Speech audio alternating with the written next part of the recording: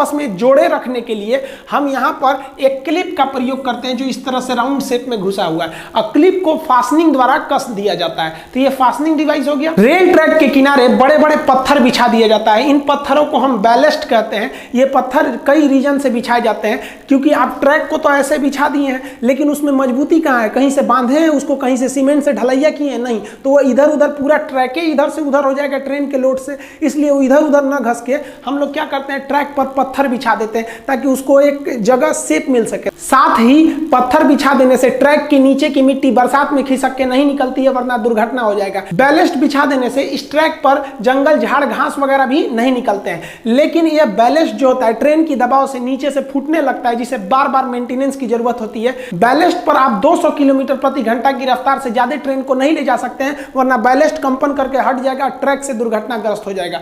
इसलिए इस बैलेस्ट की जगह पर हम कंक्रीट बैलेस्ट का प्रयोग करते हैं। पूरे सीमेंट की ढलैया कर देते हैं और उसी में ट्रेन को क्लिप फास्टनर से रेल को कस देते हैं। बुलेट ट्रेन चलाने के लिए आपको इसी कंक्रीट बैलेस्ट की जरूरत पड़ेगी। इस ट्रैक पर बुलेट ट्रेन ले ही नहीं जा सकते हैं। इस इमेज में देखेंगे तो बुलेट ट्रेन के आगे तो जो ट्रैक है उस पर तो बैलेस्ट पत्थर फेंका हुआ है। आप कहेंगे कि हम झूठ बोल रहे थे। देखिए, जब बुलेट ट्रेन स्टेशन पर खड़ी रहती है तो वहां पर बैलेस्ट बिछा सकते हैं, क्योंकि स्टेशन के पास स्पीड ज्यादा नहीं होती है या डिपो में स्पीड ज्यादा नहीं होती है। लेकिन आगे के लिए आपको इसे कंक्रीट देना ही पड़ेगा।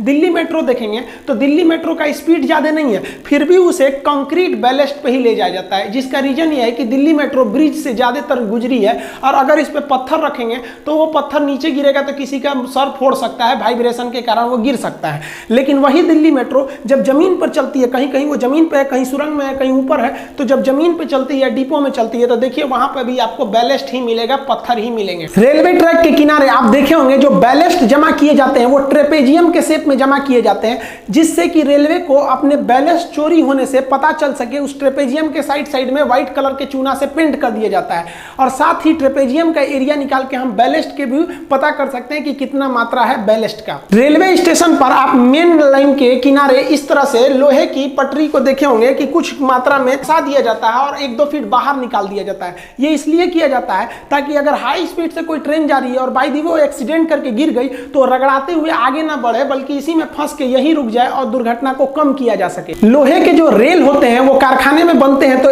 10-20 किलोमीटर लंबे नहीं बनते, वो सेक्शन टुकड़े में बनते हैं। उन्हें हम वेल्डिंग करके जोड़ देते हैं। पहले थर्मल वेल्डिंग से इसे जोड़ा जाता था। फिजिक्स के चैप्टर वेल्डिंग में हम आपको पढ़ा देंगे कि कितने तरह की वेल्डिंग होती है। इस वेल्डिंग के द्वारा इसमें काफी ज्यादा स्मूथनेस आ जाती है, बहुत ही स्मूथ हो जाता है। लेकिन रेल ट्रैक को पूरे यहाँ रास्ते भर में एक